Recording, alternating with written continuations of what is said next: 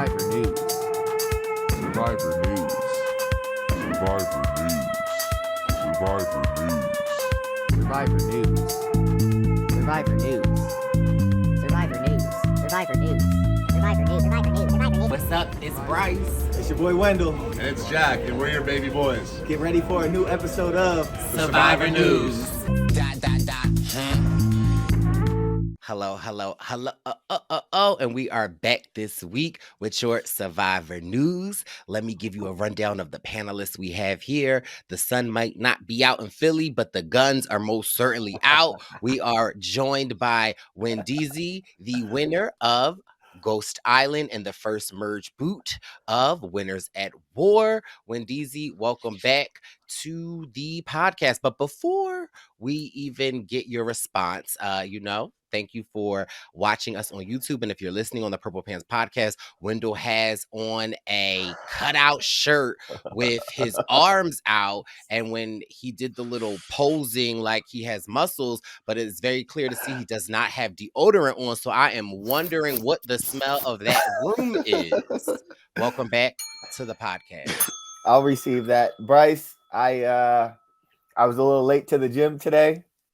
So I came back and I had to jump right into pod mode. So here we are. And before we introduce our next guest, the next guest or the next host that we have is an immaculate, smart young man who has been on time for this whole season.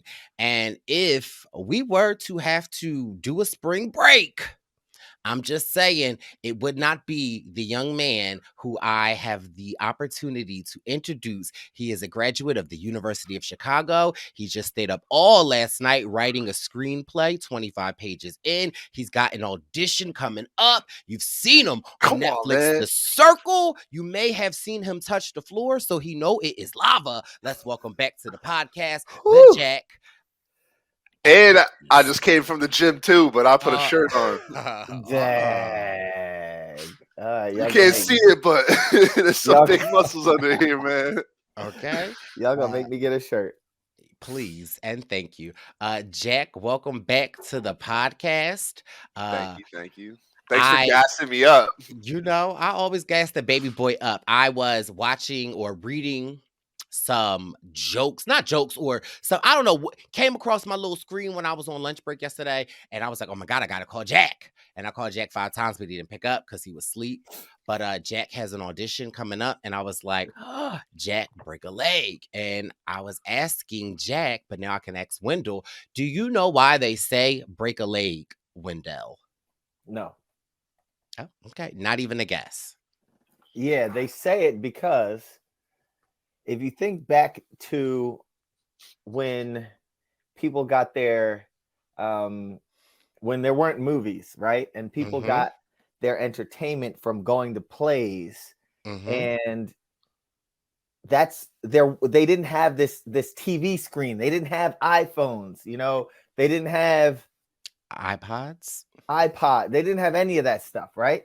And all the way back then, your only form of entertainment is theater, and people would gather together. They'd bring their family and friends. They'd all enter this theater. I don't know, man. I thought you was getting close. You're getting close. Well, it is a theater reference, and most times people would say break a leg because if you were to break a leg, your leg will go in what? A cast, which and means they you'd hope be on to the see you cast. Hey, I love it. I didn't Okay. know. Now, the other one that I seen that Jack immediately knew, that I'll just, play along with you. Do you know why they call sand sand? Oh, yeah. Because if you think way back. Before technology and all this stuff, we man. have to go way back before we had a lot of technology, and it was just man in his. Take me back. We're gonna get an early whistle. When it was just humanity, and the land, okay, Okay. and you have the sun, and you have the land, and you have humanity. And So when you close. combine the I don't know sun if with he's the like land, you BSing make the or sand that oh is the Close. land. Close. What's the Jack. answer? I mean Jack Filliman. What is the Oh. the sands between what, Wendell? The land and the what? And the Directly. sun. No, The directly. sand lies between the land And the and the sun. water. Which could also be called the what? Oh, that's also called the ocean, What? which would also be called the sea. So if you think There of we the go. sea and the land, Jack, tell them The sea, the sand. Hey. you have the sand. Okay. Let's go. That knowledge check was brought. Oh. Don't start today, Brice. Hey, Brice, what's your middle name? Isaiah. Oh.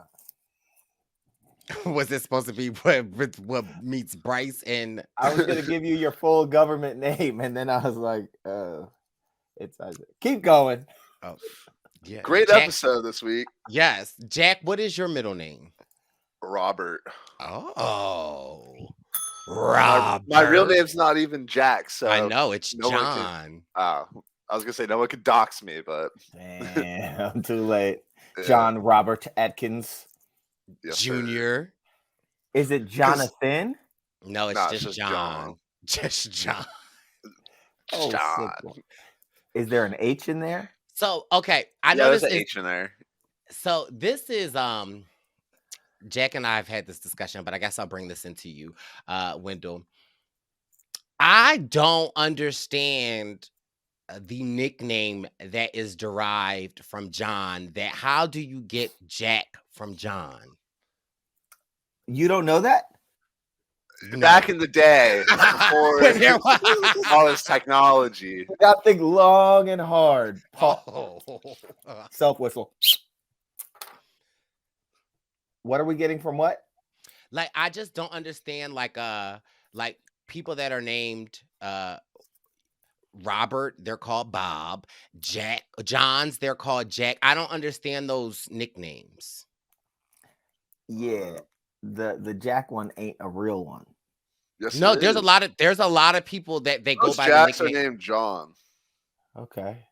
but What about- I couldn't tell you why. I've been called Jack since before I was born because John's just a family name. But get I it. think John F. Kennedy went by Jack, so that probably Oh, increased the popularity. Brice, trivia question. okay. What is the short for Isaac? Hayes, Give me another guess. Isaiah, Give me another guess. A 3-letter word. Ice. Getting closer because you gave us a 3-letter word. That's short for And you have Brice. And you had 2 of the letters in it. ICE. All right, Do you John. know All Jack? right, John Robert, Yeah, tell him. it's Ike, Ike. I think, right? Yeah. People don't nobody use that still though. Ike Turner. Okay, that how long ago was that? I got a buddy named Ike. Is his name Isaiah? No, it's Isaac. Like you said. Okay. Well, listen. Okay, enough of the trivia. We'll be back with more trivia. Before we get into this week's episode, which I got a lot to say. We're back with your Survivor news. And again, listen, if you have fun with the baby boys in LA, listen, the baby boys are pulling up to Seattle. And listen, not in plain sight, not hiding, okay? Not an alligator, but the alligator will be pulling up to Seattle with us with a host of amazing, amazing, amazing people. So we are going to be in Seattle next week. The Brice and Wen Tour 44 continues. The baby boy Jack will be there. Who else? Yup. We've got Josh from Big Brother Canada, the runner-up of season, I think it might have been 9 or 10.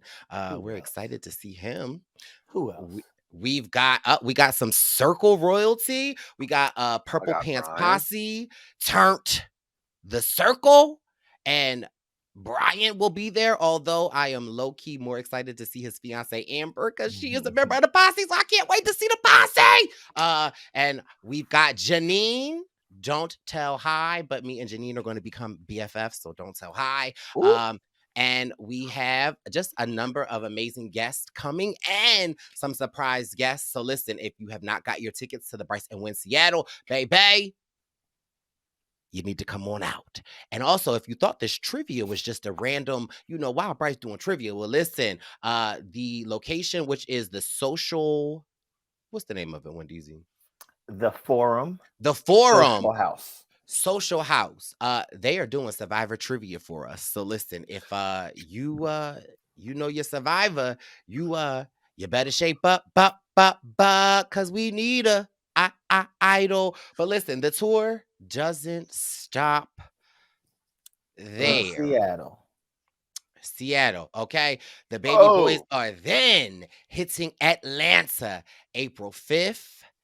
We're going to be in Atlanta. April 12th, we're going to be in the Pittsburgh. And we've got some amazing guests announced. Wendeezy, who we got? The person that I'm most excited for is a good brother. He said he might fly into town. Oh. And when I say he might fly into town, I'm not talking about he's catching a flight into town. Oh. I'm talking about he's going to drive to his airport, get in his plane, and he's going to fly his plane into town. Oh.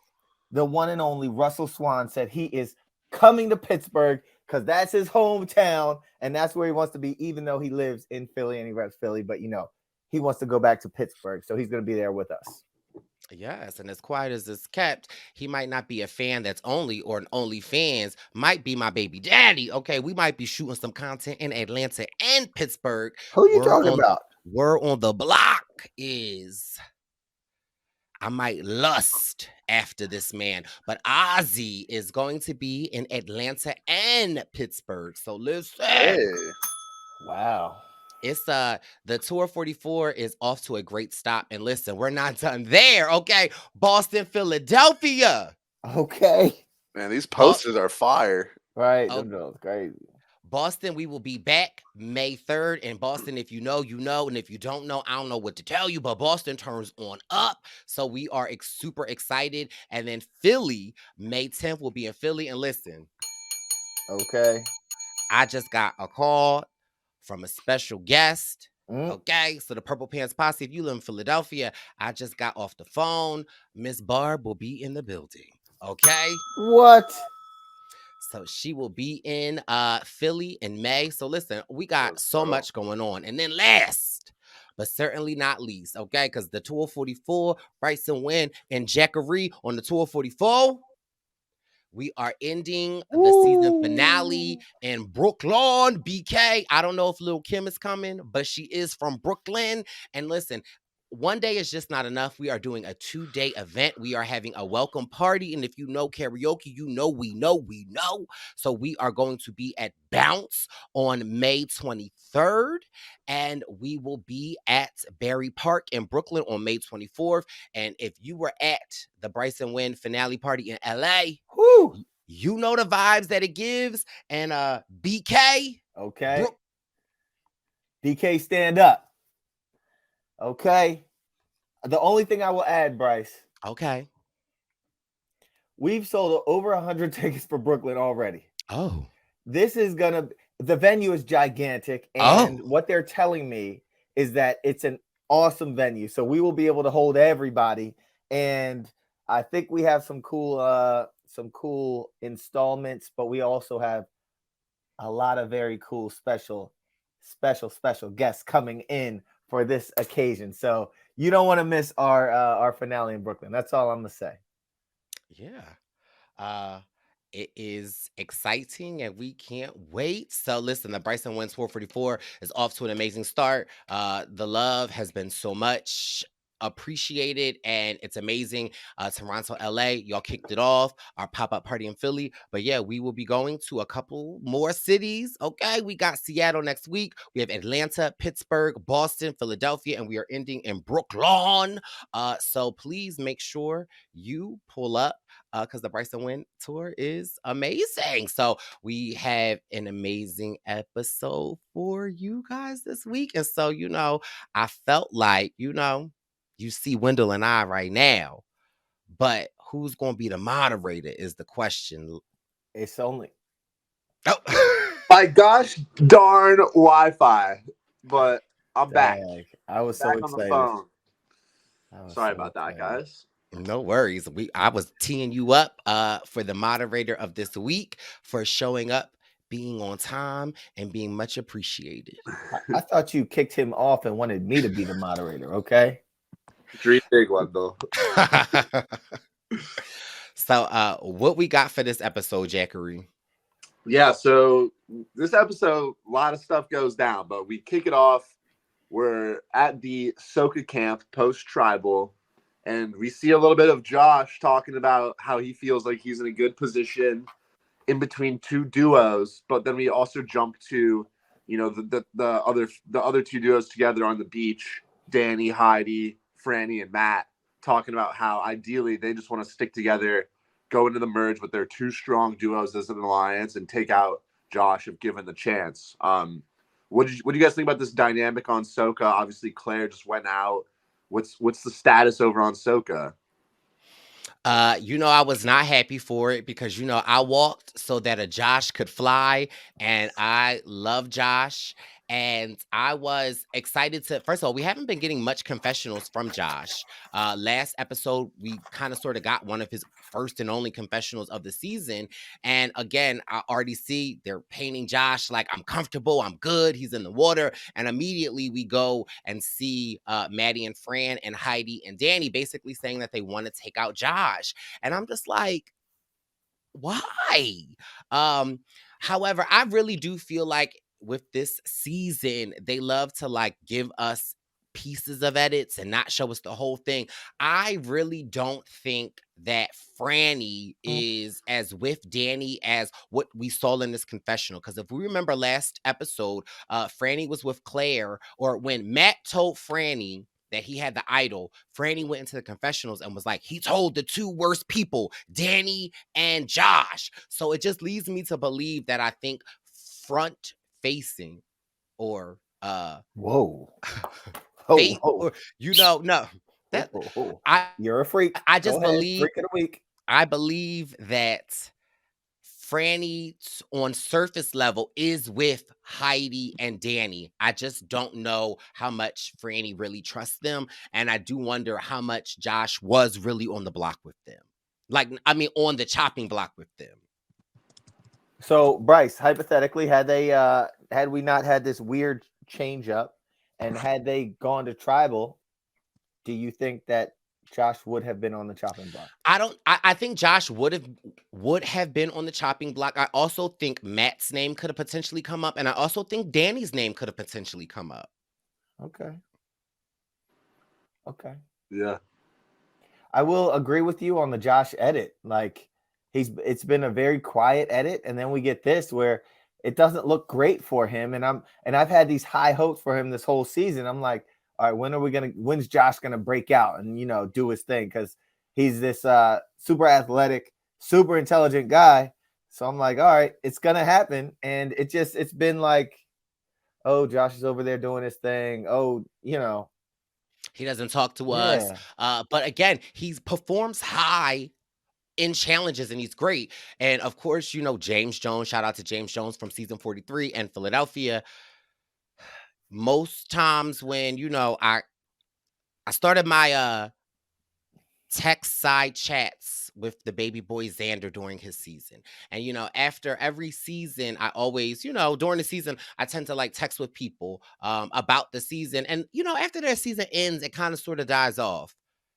Didn't really happen with James Jones. James Jones is, he stayed talking to me. And he really feels like the fact that Josh is so physically fit on his tribe really paints a huge target on his back. And he really believes that, again, he feels like this is just a James Jones note, is that he really feels like, the bigger you are and the more that you stand out, the more you become a target. And when we look at his tribe, we have Matt, but he doesn't look as physical as a Josh. And we have Josh, who is physically fit and amazing. Then we have a Danny who is physically fit, but Danny is 3'2", and Josh is Damn. Hey Danny, I hope you're a friend of the show, and let's take a timestamp because you gotta beat Brice's behind when you see him for that. So I love my Danny. Let me be back. You did it real quick too. Say that again. I requested a rejoin from my computer. If you could. Okay, not see Oh. Jackery. Oh my God! Now who's gonna be the moderator? Oh my God! Good to be back. Yeah. Hopefully, I don't have any more issues, but it's a little easier on my computer. So No worries. But yeah, so James just seems to think because Josh is such a physical target that it makes it easy for him to be a threat. That's just the James Jones theory. Okay, all right. Well, I will say that my theory in this season has been a lot of people's theories that they haven't been targeting the physical threats these first few challenges. Yeah. X marks the Brice. Jesus. Did you make that, Brice? It's clear. What? All right, for the listeners, Brice has the jankiest of X's out of what looks like Palm Sunday on your shoulder, bro. Lent is upon us. Yeah. So we bounce over to Tika, aka Brice's apartment, and we see two red sticks just kind of propped up on the bird cage. And that leads Tika to sort of, guessing what they're there for. Some people think, this could be a clue. Some people think, like Carson says, that it must have been one of them that planted it, which I think is pretty reasonable because I don't think production's just putting sticks like that. But it turns out none other than Carolyn was the one who planted it to try to make it like a clue for the fake idol that she decided to hide. And lo and behold, back at camp, near like the log next to the fire, Sarah finds this fake idol, and Carolyn sees that someone took it. I don't know if Carolyn knows who took it. I don't know, but she sees that it's been found. So Carolyn's pretty happy with the way that her plan worked out. But what'd you guys think of Carolyn's move with the X here? Obviously, she went a little bit of a different route with the fake idol than we saw in like Ratu and Soka, but it did kind of work. I thought it was amazing. I thought it was executed well. I mean, maybe a little late in the game, but I am just so shocked at how the level of under. Now, the word that I want to say, I know is going to be wrong, but the under, the under. I want to say mistation, but that's not a word. The under mistation. Is that really a word? Yeah, the under mistation. Are you lying? Is that a word, Jack? No, that's the word. Jack? I can't even tell if I was messing with you or not. Because it sounds smart, okay? Yeah, tell them about it. The undermization. Can you use it in a sentence? Oh, it's so good. Wait. I'm adding it immediately. Undermization. Language of origin. The undermization that they give to Carolyn is like if I didn't love them so much, it's almost like the way they underestimate her. Yes. Undermize. Undermize. The way they under Carolyn Mazize her. Underestimate the level of underestimation of Carolyn is just like baffling to me. It's like, Carson, and I love my baby with Carson. They're like, somebody must have put it there. And then it's like, they don't even you know, and mind you, Carolyn don't even have to do nothing. Carolyn was just like, oh, it looks fake. And she's not even a suspect. And you got Jam Jam like, wait, what is going on? Like, you know, like it's just Go ahead. Not too much on my boy Jam Jam. no, I Okay? love Jam Jam. Jam Jam immediately is like, you know, Jam Jam don't play. So Jam Jam is literally like Sarah or Carson. It's never Carolyn. And so, like, again, I feel like I don't think that Carolyn meant for the execution to go so well. But I mean, that was a perfectly played X if I ever saw one. Not only was what I think it was a perfectly played X. Yes, I think it was a great idea. Carol, if you don't put that bootleg, Carolyn is so quirky and so peculiar that it masks what could be seen as some pretty solid gameplay or something. And that can be an awesome strategy if you can get to the end and explain that strategy of yours and the moves that you made. So watch out for Carolyn. And we will talk about her move later at Tribal and how that could have been better, but I think this X move was well played and well thought out. Jack? Yeah, I'm still sort of like, I like the way that she got the fake idol out, and like I like the fact that she hit it at camp because then you can sort of like have a better shot of seeing who finds it.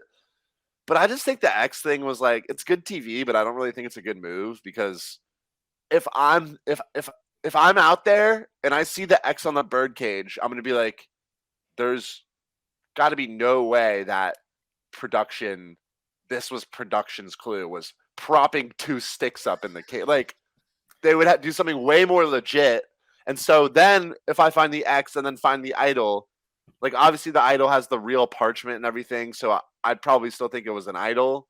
But I just it would raise the likelihood of me being like, okay, there's a chance this is fake, because like, why would the production leave 2 sticks in the sand? Like, if anything, they would do something else, you know? So they've done weirder, more simple Bush League stuff, Jack. And I get, but I just think find the parchment and a real looking idol. Come on, Jack. Look, I mean, it worked, but I just think it raises the chances of me thinking it's fake versus like if you just, I thought the place she hit it was really solid. So if I just find it there, then I feel like I'm just gonna think it's real for sure. But now with all these like weird little rinky dink X's, right, I might be like, okay, this is kind of suspect. I mean, I was just waiting for Netflix to pull up because I'm like, wait, is this X on the beach? 'Cause I was ready. I feel like there was once a time where they took a Sharpie marker and they drew an arrow on a canoe and wrote the word dig on it. And that's where the idol was. I think that was Heroes, Healers, Hustlers, if I'm not mistaken. And I think that was, I don't know. I think there are much jankier ways of hiding an idol. And I think that for Carolyn to do that, that was kind of, I think it was cool, and I think it went off well. Yeah, I mean, it worked out pretty well, and it was good TV, which I think, honestly, I could respect, because if you're out there and you're also thinking about like, what's the most entertaining way I could do something strategically, I like that way of thinking from like a meta perspective. Mm-hmm. But then we cruise on over to the reward challenge. It's basically all about the slingshot in this challenge. To be honest with you, I don't remember if they were actually playing for any reward other than picking people for the journey, but I feel like they must have been playing for something. For tarp. Yes. Okay, so they played for tarp. And Carolyn struggled on the slingshot, which allowed Soka to take first, and then Ratu ends up taking second place. But the big the most important element of this challenge was Soka then had the ability to choose people for a journey, which we haven't seen in a few episodes. And so they choose Josh, Carson, and Jamie to go on the journey, where they hike up this little summit, and they get to like talk and get to know each other and whatnot, and then they all pick a different path, but ultimately all of their paths have the same result, where they receive an idol that's only good for the rest of the pre-merge, but they also have to draw. Excuse me. They also have to draw a new. It's not Dr. Pepper. They also have to draw a new buff and switch tribes. And just quickly, we see that Josh lands on Tika, Carson lands on Ratu, and Jamie ends up on Soka. What did you guys think about this whole journey and the twist before we get over to the actual new tribes? I thought the twist was great. I thought what's the green tribe again? Is that Soka. Soka? I thought like if y'all want to get rid of Josh, is it actually smart for y'all to send him away? That's a good point. More than likely, we know we've seen Survivor. You get some type of reward going away. So I immediately thought like, okay, they want to send him away to like give them a reason to target him, but if he gets any type of reward, he'll use it against you guys. But I loved this journey. I thought was interesting was one of the things that it said on the journey was to be careful what you share. I really thought at this moment production and their minds was like, oh, if we put that, they might talk about the idols and maybe the fact that there are multiple idols and one is a fake idol could come about. But I really loved this journey, and I loved the swapping of the tribes because it's like, Jeff says the parchment said the game has now changed. When did they say beware of what you share? I think when it says at the bottom, when it was like, you will now go on a journey, like be careful what you share, Okay. and then you will like make a decision when you reach the top or something. Yep. Got it. You guys' thoughts on them all just receiving an idol and nothing, a limited idol and nothing more or nothing less? I love it because essentially it's like, one, it's like you better play the idol if you go, and for me it signifies that the merge is near, so it's like you really won't have that much time to play the idol. However, you better keep that bad boy because it seems like fake idols are a thing, and if put a little X and plant that idol and you'll be good. But I love this. I do think there were a lot of people tweeting that there are just too many idols and just a lot of idol play going on, but I really have an issue with that. I'm a little more like, I don't really know how to I don't even know exactly how I feel about it. Like, I don't love it. Like, I don't like when idols just get handed out. Now, a pre-merge only idol, and there's maybe from the moment they're at the journey, my guess is there might be 2 more, vote outs, and then they merge at like 12, maybe 3. And so obviously there's not that much time that they'd have to use it. But given the fact that they're all switching tribes, each one of them, which I also don't love, I just think it's going to simplify like the decision trees. That's kind of a weird term, like the decision trees for these players, because essentially I think if I went on this journey and had to switch tribes and got this idol, I think not like 19 times, like 49 times out of 50, I'm playing it the first tribal I go to, and so it just doesn't really provide a very interesting like strategy aspect for these players, because I like the advantages and the twist that it's like, okay, if you play this well, you could really like benefit your game, but if you screw it up, like it's going to be detrimental and you have to play it right. This feels very simple to play right, and I never really like the one person switching tribe things because I think it's just like a weird little twist. But this is sort of interesting because you think on the surface that it's kind of a disadvantage to get switched over, but I actually think it's a really big advantage because you're most likely, as long as your tribe doesn't win like 2 or more of the remaining challenges, which is probably only 2 or 3, then you could just play your idol once. You're going to be guaranteed the merge, and you're going to have connections with 2/3 of the game as opposed to 1/3, which I think is a huge benefit going into the merge, because it's like I don't think you'd be a fast target if you connected with two different tribes.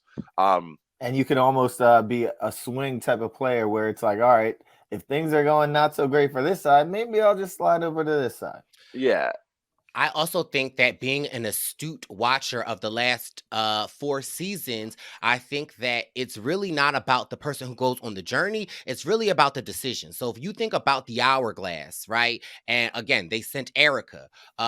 Us as viewers are like, bad decision, because you sent Erica because she was on the outs, even though you try to make it seem like, oh, it's not like. So I always feel like, and especially in this new era, when you actually get to decide who can go, you need to think long and hard about that, not just discarding the person that you least want to go with. I definitely think it needs to be someone of the inner circle, because again, I think the point of this experiment was to essentially, the people that went on the journey, they're safe. You have an idol, play the idol. It's really like the people that stayed back and that are comfortable. The game has changed for one of y'all. One of y'all are going home. So again, I feel like it is a version of the hourglass, because it's like essentially the person that you're sending away is safe. And again, it's really about the people back at the camp. And so I really feel like for the Green Tribe, it really could have affected them, because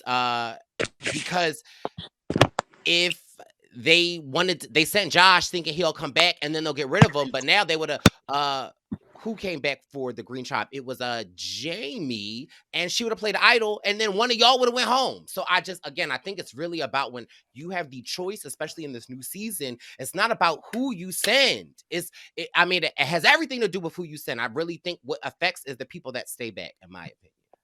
Sorry for my shoddy internet. But. It's fine. Yeah, but how are you to know that that's the time when they're going to do something funky? Because you get to pick who is going. Okay.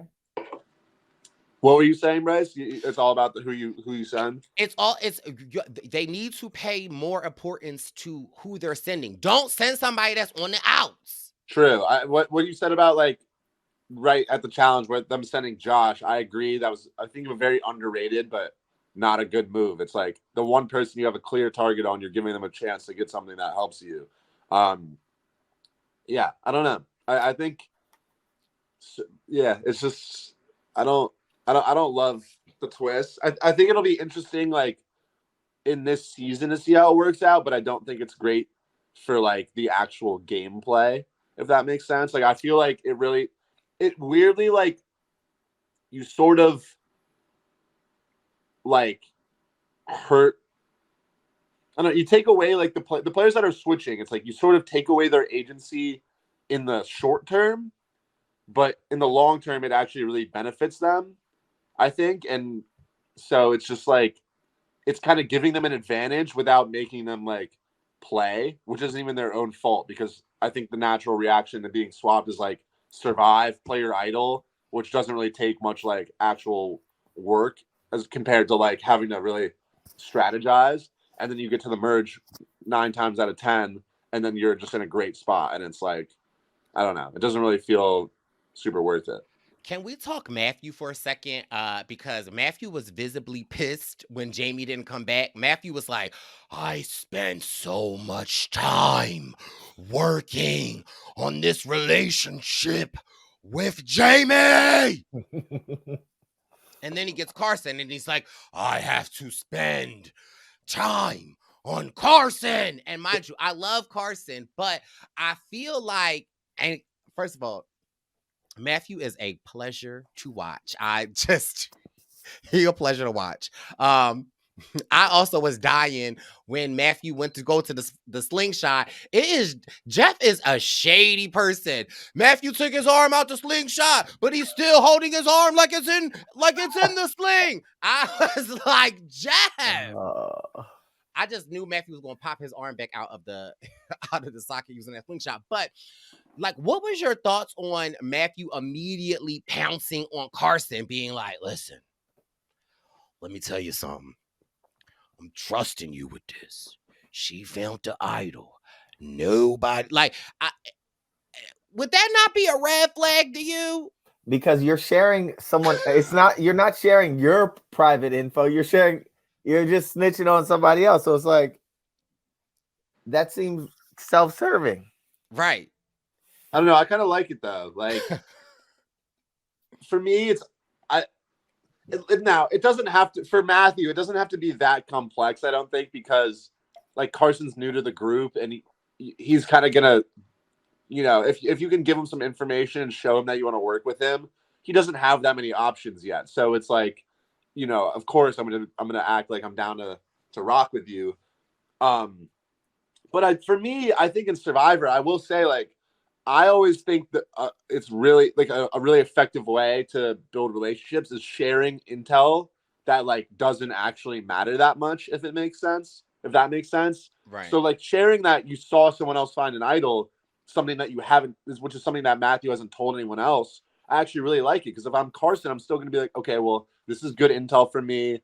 He hasn't told anyone else. That's a sign of trust. Obviously, it doesn't really apply to Matthew, but I think that's great, because I think giving tidbits about things, like for me, when I've played like Survivor with you guys and stuff, it's always like, I think it's really effective to, like, if you know something's gonna come out, like some rumor or something, being the first person to go tell other people about it is like, okay, you're gonna find this out anyways, but you're hearing it from me, so that hopefully builds some trust. Or it's like, oh, did you hear what happened with like so and so?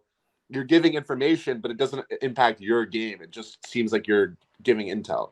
Did Matthew tell him that he found the idol, or he was like, I was there? He just said he was there. When Jamie found the idol. Which I also think is great, because he's slowly disseminating the information that Jamie has an idol, which is fake. And so it's kind of like, regardless of Carson's position, Matthew's kind of serving himself with it. And now, is Matthew a little overeager in some of these moves? I think so, but he's still like got the right idea, and I think he's in a really good spot. No, for sure. I definitely think Matthew is planting the seeds that will Jack. But I think Matthew planting the seeds, I want to see what is going to grow of his harvest. Ooh, I like that. A screw just came out of my chair. So, Yo, Jack is having all the issues today, and y'all really let him moderate. Like, y'all really give him all of this light, but his whole internet doesn't work. His chair is falling apart. Like, we're good. We don't. You don't need every screw in the no, his lights are gonna go out on him. It's all these storms in LA. Jeez. I am. Y'all really don't want me moderated. It was Jack picking up the chair. Gonna rise today, Wendell. Wow. It was Jack picking up the chair like you was just gonna put the screw back in. Jack got a whole drill in his head, and y'all still want him moderated. I'm off screen. You just hear me like hammering. Now, if I do somehow fall out of my chair, I think it'll be great TV. So. That would be a great blooper. So, worst case, I'm committed. You see Jack in the back driving a tractor, trying to fix himself. I got like a jackhammer. And that's your new nickname. But yeah, so with that, so we already sort of dove into the new dynamics at these new tribes. But just to recap, and then we could spitball off it a little bit, like. So we get Josh on Tika. Here, let's dive into this first. Yeah. So Josh is on Tika, the purple squad, and that's the only 4-person group as well. So now it's Josh, Jam, Carolyn, and Sarah. And when Josh pulls up, sort of the first interaction is Sarah asking him, "Are you a surgeon?" And he says, "Nah, like I'm a personal trainer." And then he also gives them like a timeline that they figure out makes like no sense. And then Sarah also mentions that she only knew this because at one of the challenges, like the snake challenge, they overheard him talking about how he needed like he's good with his hands, steady hands, which obviously indicates to me that Josh told his original group the truth. So I'm like, what? Why are you coming over and lying about? I don't like. Well, I think coming over lying is you don't clearly you're at the bottom of this group that you're at right now. So it's like, don't give them any more information. And again, being a surgeon, I would feel like is what you shaking your head at? No, Brice. If I see you on the island and I look you in the eye and say, "Hey, are you a host of the Purple Pants podcast?" And you say, no, I'm actually, I just like jog. I'm a run. I run a lot, and see what I do is I go in the Wissahickon Trail and I run up the mountains, and that's how I make money. I think first of all, it caught my son off guard. Okay, but again, it's like I think Josh is thinking again. In my opinion, I think Josh is a black man, a gay black man, and a surgeon. Like, I'm thinking that he's like, the second I get off the boat, like, let me dry my sneakers off. Not like, are you a surgeon? And again, in the game of Survivor, you think surgeon, you think money, you think you don't need the $1 million. So I automatically would have been off guard. Off guard, yes. On guard. On guard, yes. Fair, but I got to agree with so pointed. Yeah, I got to agree with Wendell. It's like if someone asks you specifically, then they're not just going to guess that by looking at you. Clearly he told his original tribe, so it's like even if he makes the merge, it's going to come out, and then all these people are going to know you lied to them. And for what? It's like I get in general maybe lying about your job. Surgeon, you have to be smart. But if you already told your original squad, like, and then someone confronts you so directly, it doesn't make any sense. It's not like they were like, "What do you do, Josh?" And he told them. It's like being like, "Are you a surgeon?" And so I think I get the logic you're coming from, Brice, of being like, okay, new tribe, like you don't want to give them anything. But I gotta say, I really think, I think Josh pulled it together well in terms of like his idol play and winning over Carolyn. But I thought his general approach on this new Tika group was really bad. I want to, like, while we're talking about it, something that really stood out to me. It's a line he said at Tribal, but it kind of applies to everything. He said, "I went from a really good position at Soka to the bottom of Tika," which for me at Tribal to say that sort of thing, I think is just the worst thing you could say, because not only are you saying that you were in a strong position at your original tribe, which he actually, maybe not, but like you're telling all these new people that you were like running your first tribe. And then you're also saying, "Oh, I'm come in and I'm automatically at the bottom." Well, then they're going to know, the rest of the Tika is going to think like, okay, well, he doesn't want to work with us. He wants to go back to Soka. He thinks, or he knows / thinks he's at the bottom. And so he, like, I just think that's the worst approach. I think you should be going over there saying, like, kind of doing what Carson did, being like, "I was not in a great position, so I'm so glad to be here and sort of get a fresh start and really hopefully work with you guys," instead of being so like unenthusiastic about it. I mean, yeah, but Carson got over to that tribe, and Carson got a Matthew that was like, "Let me tell you everything I know." And Josh got over there, and they was like, "You a surgeon?" Like, I just think, because first of all, you gotta fake it till you make it, though. Do you think, Brice? Do you think he was automatically otherized when he came for any? I think that him being a gay black man, and again, we have Jam Jam over there, who is another queer man of color. Apparently Carolyn's also LGBTQ. I don't want to make call out, but I read right. But wow. I just think that, again, when you are and I'm just only putting myself in Josh's shoes, when you are used to being otherized and you go over there and the first question is, what do you do in a game of Survivor? I just feel like he just kind of went to a safe space to like deflect to, and again, I don't think that it was the best decision. Yeah. But I also feel like, I don't know. I'ma just ride with Josh, period. No, yeah, I think what you're saying, like, his logic makes, like, in the moment makes sense, but was it a good move? Probably not. No. And then I just loved how they just did the math, and they was like, well, he said he 34. Yeah. That's 11 years. Jam Jam was like, that's the amount of time it takes for you to go through medical school. I was like, not too much on Jam Jam. No, we love Jam Jam. Not too much. We love Jam Jam. We'll get to Jam Jam at the end, but I like my appreciation and love for Jam Jam. Well, shoot, I'll just say it now. I love the power that Jam Jam wields. wills. Like, for instance, when they were on the, and maybe it's just me, maybe I'm just Team Jam Jam. Maybe I love everybody queer. Maybe. But when they were on this net thing, right? And it was clear that Tika was losing and Brandon got up there with his little slingshot and and after Carolyn got down, it was just the way that Jam Jam climbed up that, even though more than likely they were going to lose. But for me, it was just that moment when Jam Jam climbed up and rolled onto the net. Like, he just still was giving it his all, although it was night for them in that challenge. I don't know, but just spoke to me. I was like, Yeah. Jam Jam climbed up there and I was like, yes, he was ready to sling his shot. No, I mean, I'm just saying, like, no. Yeah. No, I like Jam Jam as well. Yeah. And then, so we discussed Carson being on Raw 2 now with Matthew. And then we talked a little bit about Jamie being on Soka, but I mean, my internet crashed, but I don't think we discussed, Danny actually searches her bag to see if she pulled up with anything. Like, this kind of brings up a classic Survivor conversation that I don't think we've really had.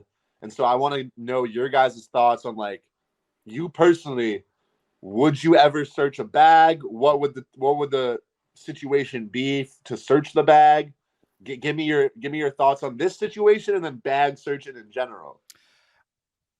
I know that it's taboo in Survivor to search bags. People don't really look upon it. But again, I feel like it's fair game. And I also feel like when you're on Survivor, you shouldn't keep your idols in your bag. But Danny, okay? Now, this was my issue with Danny. I can tell you for sure she don't have an idol. She never bad. Danny was like, pulled it out. He just squeezed, he was like, nope, I felt them really good. Like, Danny, Danny, you gotta shake them things. Danny just like touched it. I was like, what are you? I mean, I get it, and I know time is of the essence. And also, I love Franny. Franny said, my name is Bennett, and I ain't in it, but I keep a lookout. Okay? I loved that position because if the tides were to change and, like, they got wind that, like, he went through her bag and gently touched everything. Come on, Danny. Where your breath work at? Breathe in, squeeze out. But I just love the fact that Franny was like, I mean, I will watch out, because if the tides would have turned and they were like, I can't believe, Franny had full plausibility. Say again. She had full plausibility. Plausibility. That she ain't like want no parts of it. But yeah, I was just like, Danny, you got to squeeze. I think you just combined 3 words. Jack, I like it. I was about to say, Jack, you lost the screw, so don't be coming at me on my plausibility. But I was just like, Danny, as much as we be breathing with you, okay, you doing backflips when you don't need to do no backflip. Did you see the way Danny jumped on the rope? How many flips did he do this episode? He did a somersault, cartwheel, and a handstand. And the challenge didn't even start. And then we watched the water challenge, and he dove in a couple times, right? I was telling myself he's going to do a flip into the water in the water challenge. And then he did it after they won or whatever. But yeah, Danny, you got to squeeze, baby. You if we breathing with Danny, you got to squeeze. We need some squeezing with Danny. I mean, I squeeze with Danny. But no, you got to squeeze. You know, he just gently touched it. True. And she absolutely has nothing. But I also just love Matt's skepticism. Like, that's not enough for me. In my opinion, she has one. And I really felt like, I was like, oh my God, Jack would like this approach, because I really felt like Matt was coming from a mathematical standpoint. Like, I don't care if Danny lightly touched it and says she doesn't. I'm still going in with the thought that she has an idol. Yeah.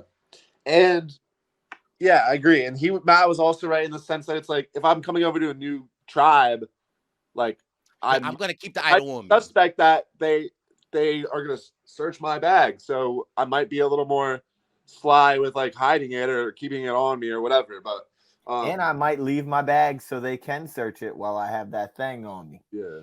I But mean, I low might just lay in the key, shelter so you could search me.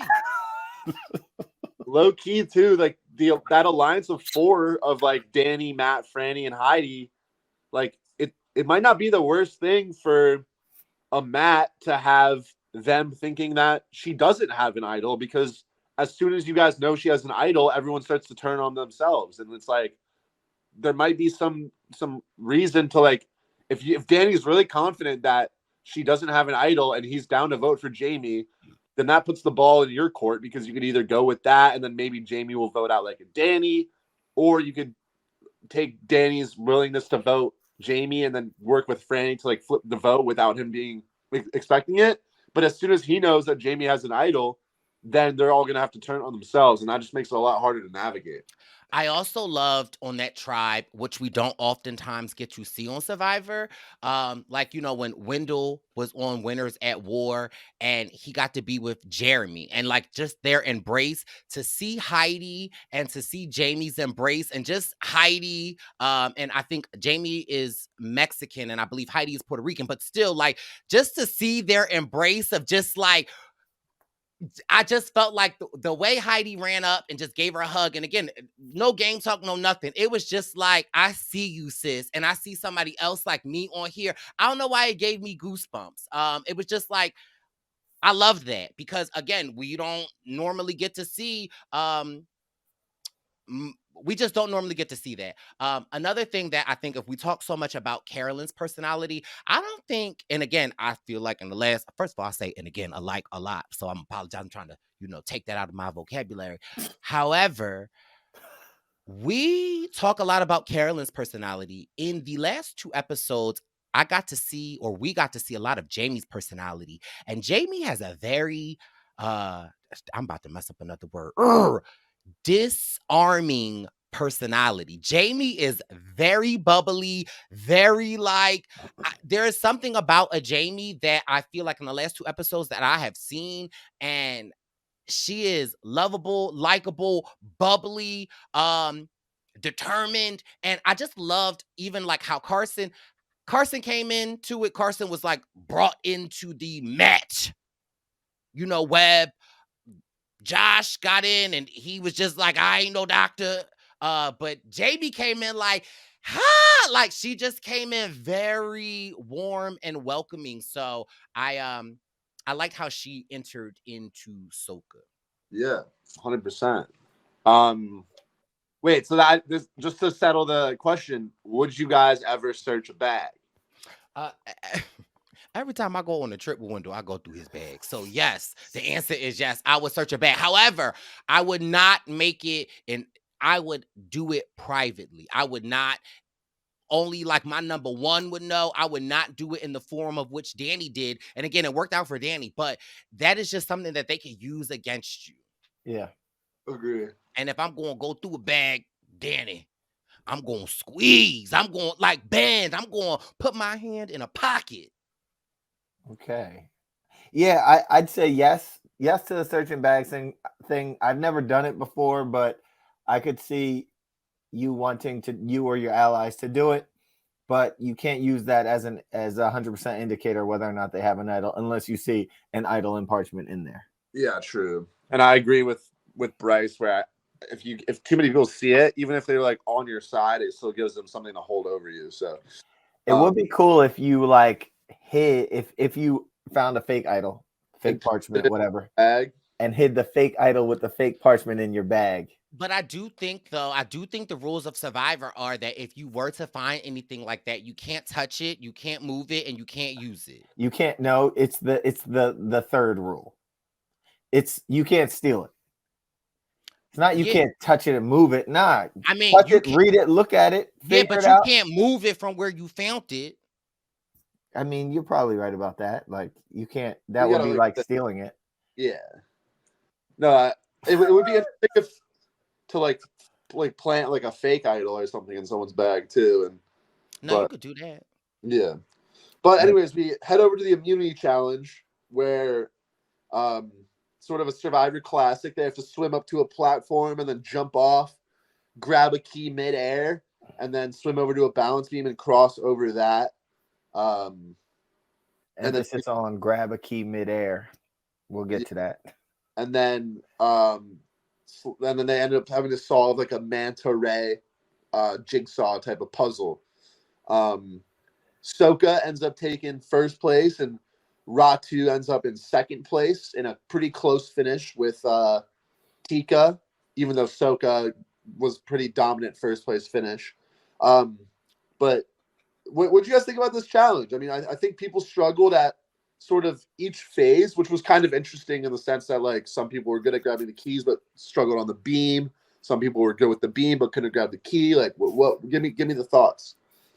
First, I loved the Brandon Cottom's dive, A+, Josh's dive, A+, Danny's somersault dive, A+. I really loved their starting line string. We'll take it. Sure. I felt like it was very competitive. It was great. And yeah, my question for everyone, or I was talking to Wendell about this when she missed the ball. Don't hold back. No, my question for you, Jack, is do you think that it was better for her to then swim the distance, do the balance beam, or swim the distance, get over there and have Brandon swim all the way back? Or do you think it would have been worth her to swim back to the ladder, which she was close to, and try it again? Hold on, Jack, before you answer. If this isn't the most biased way of asking a question, do you think when she gets into the water, she should swim all the way over and see Brandon and make him go all the way back? Or should she just swim right back and climb up and try it again? I'm just asking. With that extremely biased question. That's not biased. With that we argued about this for at least 10 minutes. Well, with all that being said, I actually think sending back Brandon was probably the right call. Because, like, there's a few reasons. Like, if Lauren's already struggling to get it the first time, each time she goes back, she's going to be more and more tired. And so it's like, if she jumps again, her likelihood of her getting the key is probably lower. And then it's like, oh, well, do you send her back again? Or like, she might never get it. So, A and B, if they had her planned to be a puzzle solver, which it looks like they did, you don't want her to get super tired to the point where she like crashes on the dock and like can't do the puzzle. So like, I don't actually mind just sending back Brandon, because like it obviously is a long swim, but you kind of know you're gonna get the key. And like when you're against the Tika or whatever too, where you know they might struggle in certain parts, I think playing it a little bit safer is probably the right move, because you could send Lauren up. Like if Lauren had gone again and missed the key, and then they were like, okay, she's tired, like we need to get her to the dock and send Brandon, all that time would have allowed Tika to win the challenge. Don't disagree. I just want to know your thoughts on it. I also wanted to know the rule as to why couldn't Kane immediately go and then Brandon swim back after. Like, I didn't like the fact, I felt like it put them at a little bit more of a disadvantage. What do you mean? Like, because is it go ahead. Because Kane was still there. And then Jeff was like, nope, one of you guys have to go back and do it. Yeah. I just thought like, okay, well, Kane is next. Kane should go. And then when Kane gets over there, then Brandon can swim back and go. I don't know. Just everyone has to try it. I agree. I mean, I see what you mean. He's just saying because Brandon had to immediately go back rather than like Kane going and then Brandon go back after. I think it's just like, because Lauren didn't finish it, they needed to send someone back like right away during her turn. But I don't disagree with you that I think it's weird that like if I was designing the challenge, I would probably say like the way you did it. But right. And again, kudos to Lauren for immediately knowing like that ain't my ministry. Oh, now it's kudos to Lauren. I just wanted to know, because if I were out there and I missed it, I probably would go 3 more times, because maybe I would just want the airtime. Yeah. But again, I think most people will probably try it again, but kudos to her to be like, listen, this ain't my ministry. Let me just go send Brandon back and Brandon to do it. And I had I thought of something during the challenge that I wanted to run by you guys because I don't even know if it would be like allowed per se, but basically, I don't know if they would like, because for me it's like it's better to ask forgiveness than ask permission. So if I wanted to, I might try this and then like, what are they gonna say? Because they probably would. But my thought was, you know how all the keys were hanging on this like long bamboo pole? Where you just try to take them all down? Yeah, I was thinking just jump onto the pole, hold the pole, and just grab them all down. You gonna hold onto the pole like this, Jack? You're not allowed to do that. But what would happen if you did? Like you would get yelled at. There are some things when like they'll just yell at you, and Jeff will yell at you for that. You ain't holding onto the pole and trying to shake. Nah, man.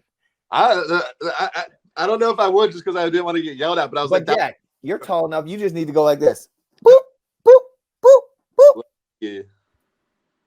Yeah. Do you think you could be allowed to grab two at the same time? And pretend like it's an accident. Now that, I mean, whoopsies. I didn't know which one to grab. I'm indecisive.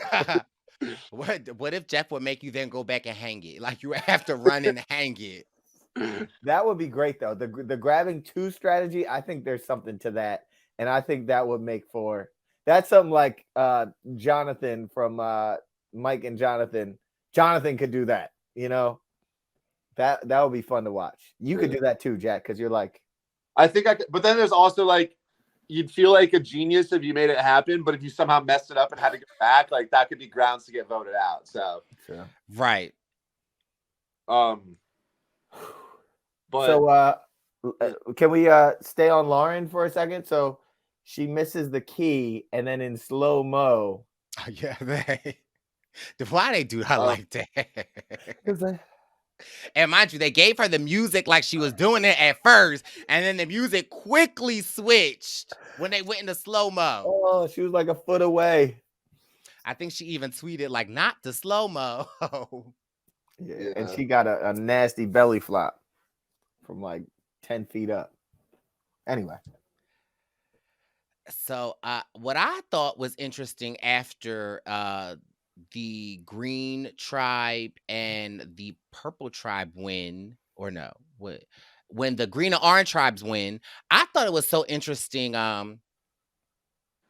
how, again, when I talk about how much I love a jam, because if we talk about like who was strong in this challenge and who wasn't strong, like Jam took a lot of time going across the balance beam, right? And if Jam would have went across it the first time, feasibly Carolyn, or who did the puzzle? Was it Carolyn and Josh, or no, or Josh and Sarah? Josh and Sarah.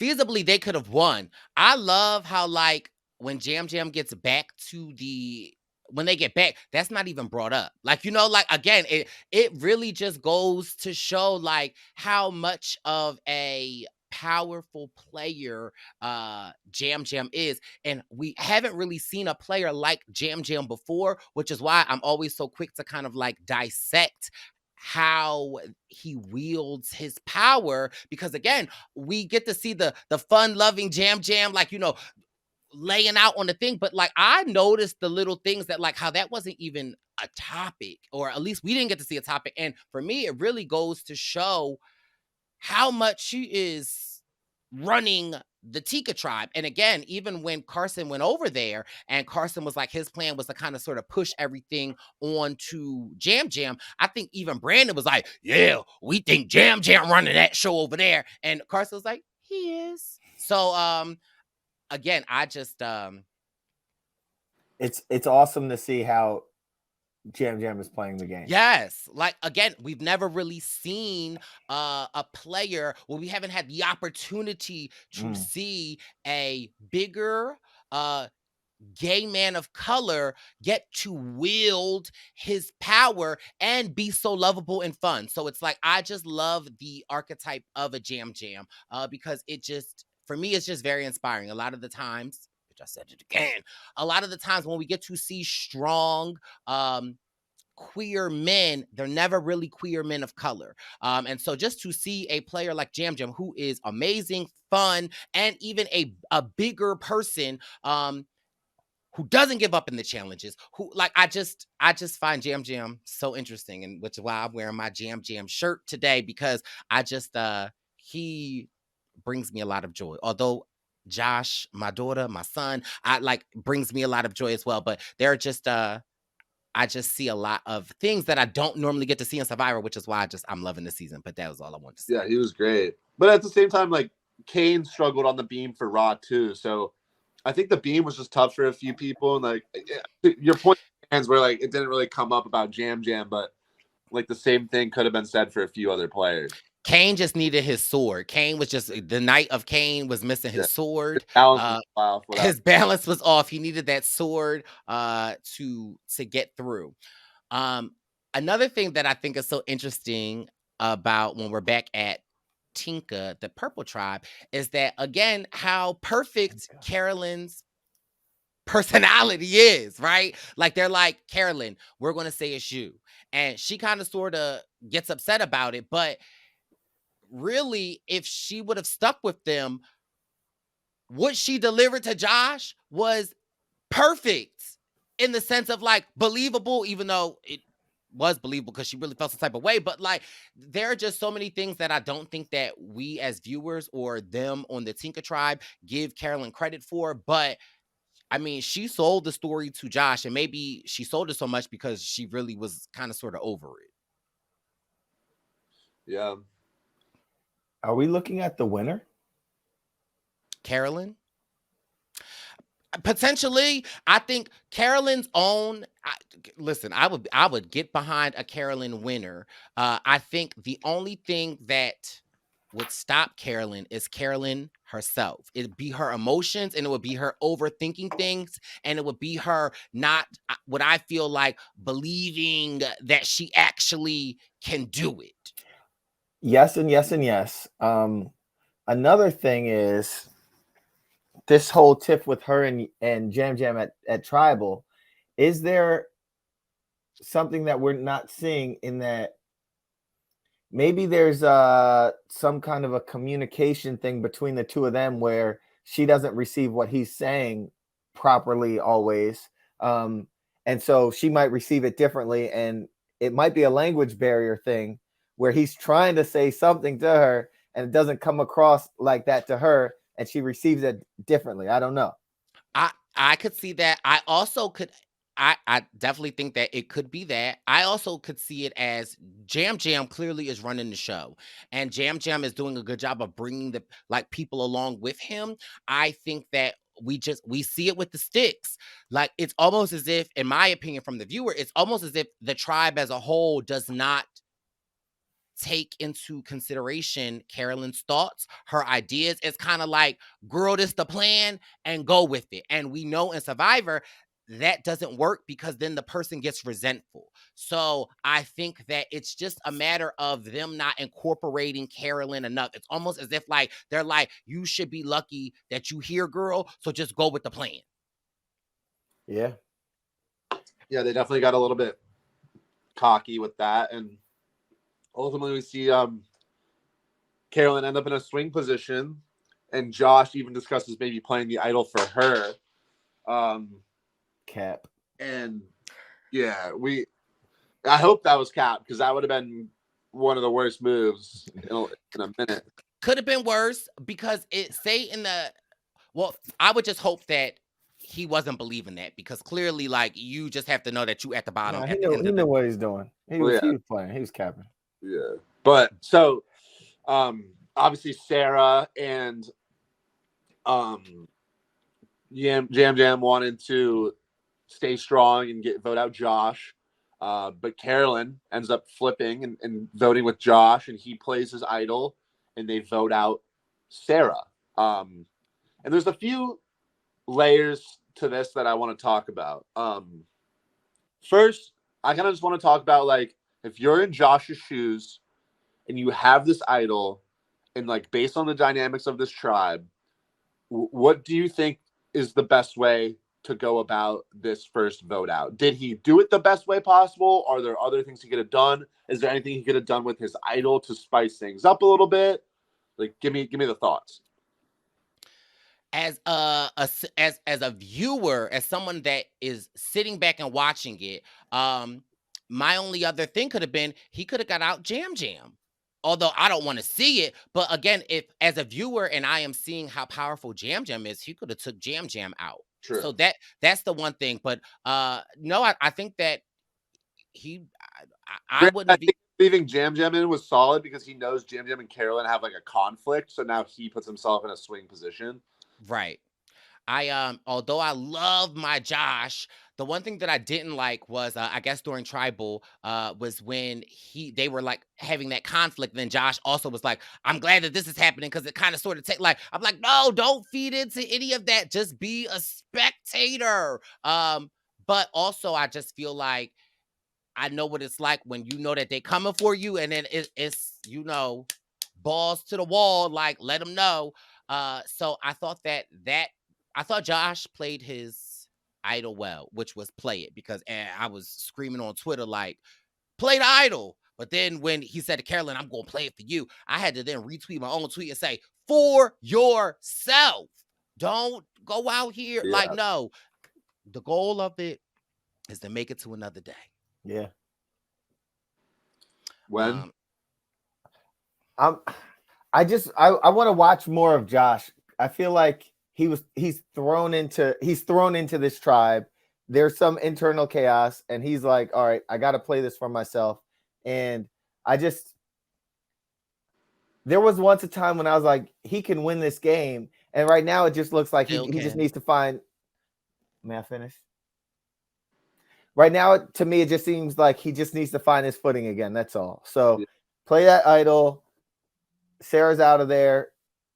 New day. Now it's just the three of you. The whole power dynamic has now shifted, and we can see if it's the Josh and Carolyn against Jam Jam. We'll see if it's the Carolyn and Jam Jam versus Josh.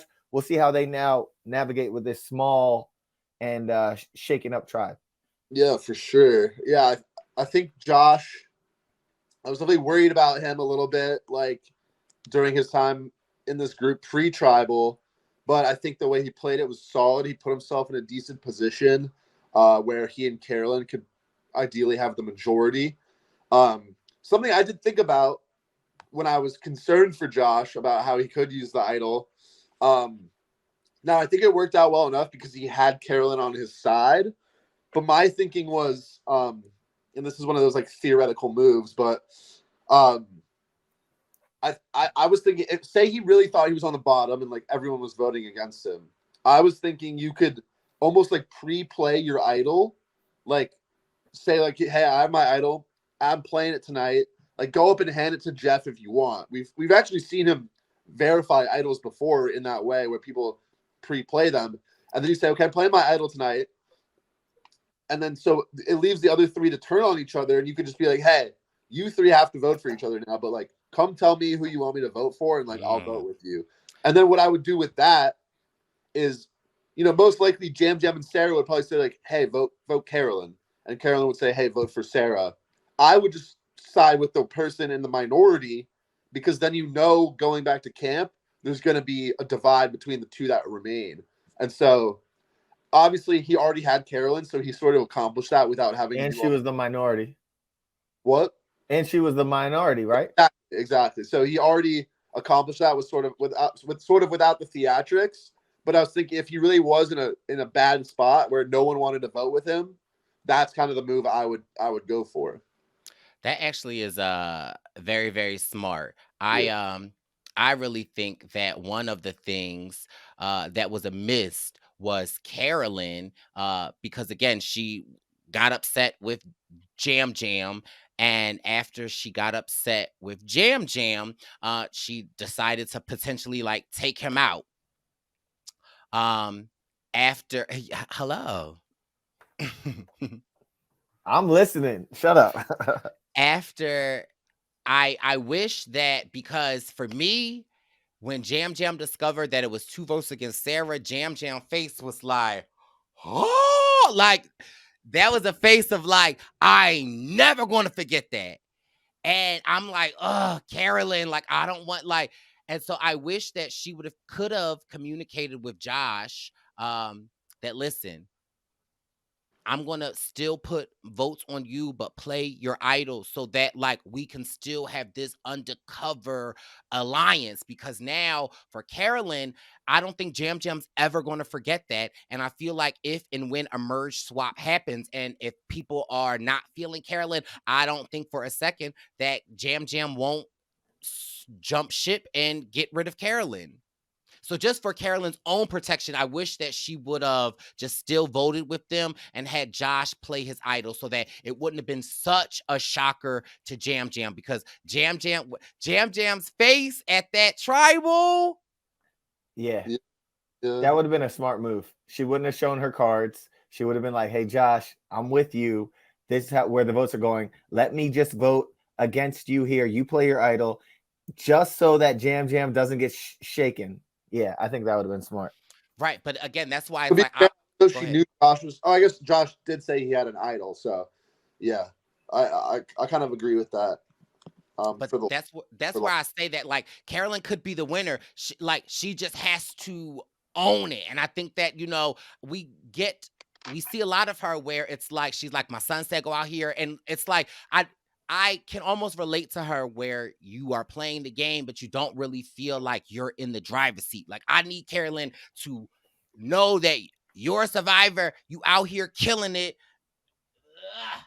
X marks the spot and play. But again, sometimes we're our own worst enemies where we don't like trust ourselves, or we don't like, you know, but like I'm rooting for Carolyn, but child, I'm rooting for everybody. So it was sad to see when our girl Sarah Yeah. And with that being said, something I wanted to touch on that was kind of obviously not that prevalent, but Sarah did have a fake idol that she went home with, but obviously she thought it was real. And I just wanted to call out, like, I think, of course, it doesn't really matter because it was fake, but I think her not playing it is actually just a terrible move. Like, of course, we know it's easier to say that given the fact she went home, but it's like when your vote was on Josh, when you and Jam Jam's vote was on Josh, and he plays an idol, obviously and if he's playing an idol, presumably he's not like all on board with your plan to vote for Carolyn still, right? Like if he's playing his idol, he knows he can make his own move. So that leaves you as one of, I mean, at most you're one of three options that will blatantly be going home. So and more likely, and prior is you, because you know with Carson, he switched on you and it was Carson, Carolyn, and Jam Jam. So even more the reason, sorry to cut you off, yeah, but exactly. So it's like when your target that you voted for plays an idol and you're one of like a couple options, and honestly thinking like it's easier said, like it's easier to say having seen it, but it's like, why would Josh really vote for Carolyn if he's playing his idol? That makes you and Jam Jam the primary targets. Why would you not just play your idol? Of course it wasn't real, it doesn't actually matter, but if it was a real idol like Sarah thought it was, strategically speaking, I think you have to play it. Especially with the merge so close, it's like you just get there, you know. Just get instead of struggling on a 4-person tribe or 3-person tribe, just make sure you're in the merge and like things will reset.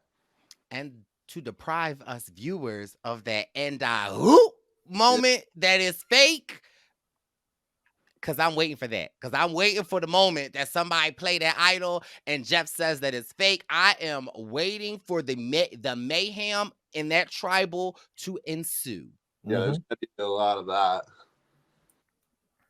But it was sad to see our girl Sarah go home. Yeah, it was 4 straight like mid-20s women. I bet Ponderosa was pretty lit. Probably. Do we have any thoughts about that? Another woman going home?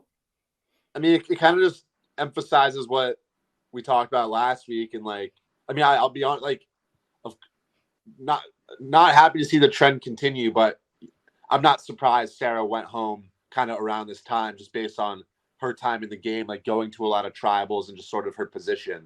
Yeah.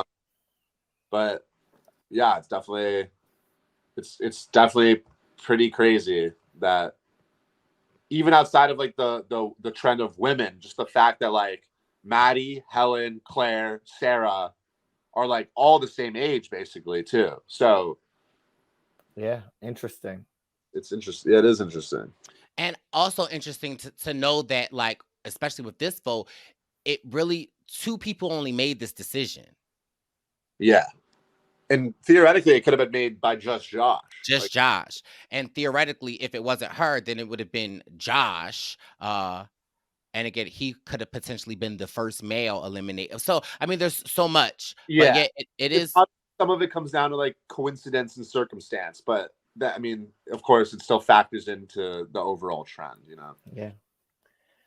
Do we have who's it look like is gonna win this game? Do we have any like? Still too close to call. I think after we get the merge and after the first merge boot, Okay. I think we will be able, because again, I see a lot of people that I like on each tribe, but now I need to see what the dynamic is, what the dichotomy of how it is that I just that word just sounded nice. What You the had to guess. say that again? We had to guess. Should we lock in a guess? I don't know. It's too soon. Right. I just You're not supposed to know. It's just a guess. while we were talking, I wrote down. Oh, that's what you was doing? Hold on, let me go back in my phone. While we were talking, I wrote down Danny, Franny, and Carolyn. Oh. If y'all don't join me again right now. So There we go. while you guys were talking and I was listening, I actually wrote down Heidi, Jam, and Brandon. God, if he wins.